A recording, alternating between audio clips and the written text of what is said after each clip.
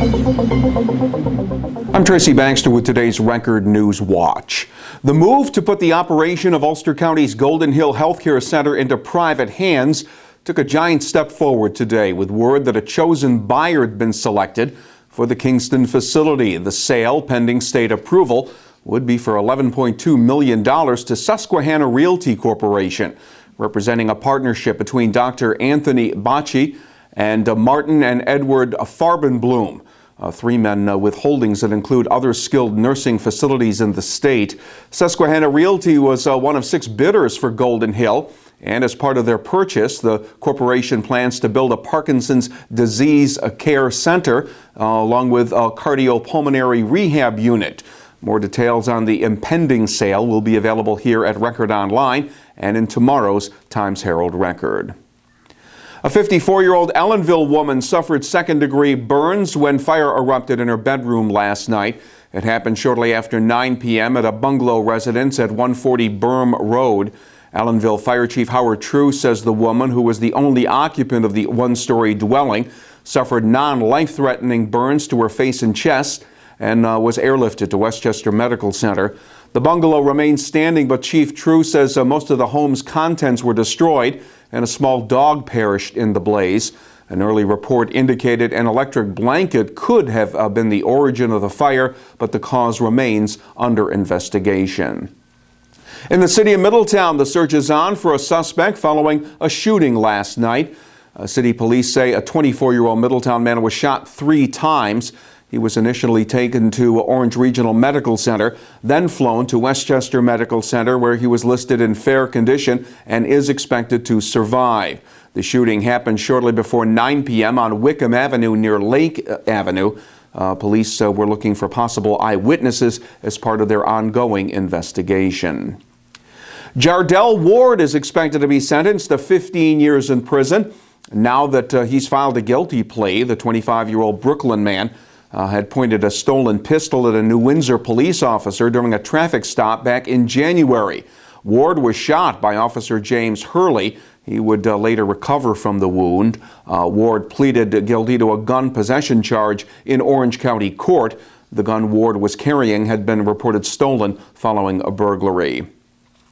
Final recommendation won't be coming until February, but state DOT officials say they're leaning towards the widening of a stretch of Route 17 as a way to improve safety and accommodate more traffic. That statement came during the second of 3 DOT-sponsored workshops, part of a $1 million study of the Route 17 corridor between Harriman and Monticello. DOT officials say widening 17 to 3 lanes in each direction between Harriman and Middletown appears to be the most feasible option, as opposed to introducing mass transit along that stretch of the new I-86. The long-dormant Pike Plaza in Port Jervis is expected to come back to life beginning next spring.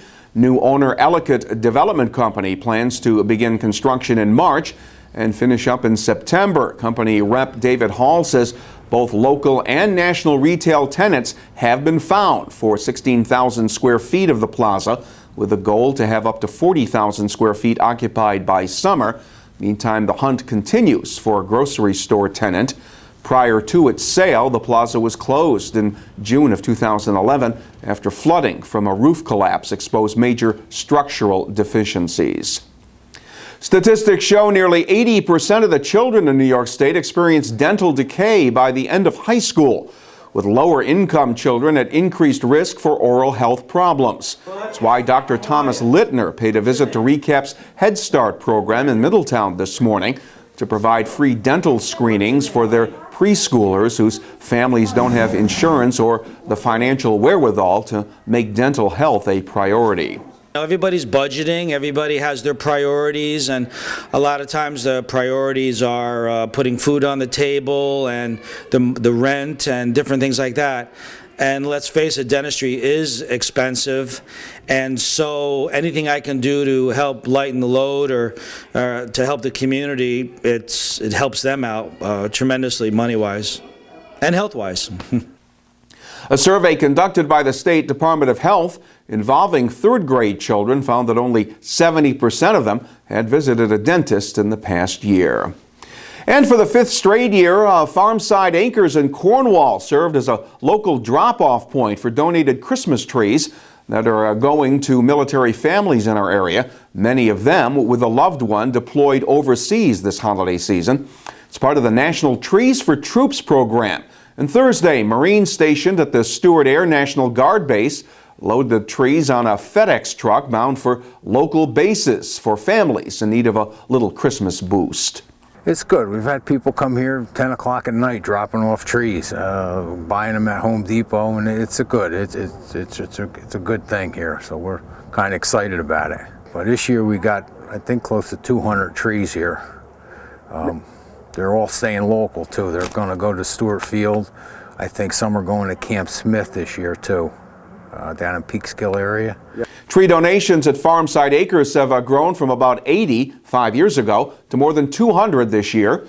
And since 2005, the National Trees for Troops program has touched more than 100,000 military families at more than 70 bases across the U.S. and around the world. The weather shouldn't pose a problem for those of you planning to do some holiday shopping during the first weekend of December. Saturday will be partly cloudy with temperatures reaching the low to mid 40s. The highs will climb to around 50 degrees on Sunday under a partly cloudy sky.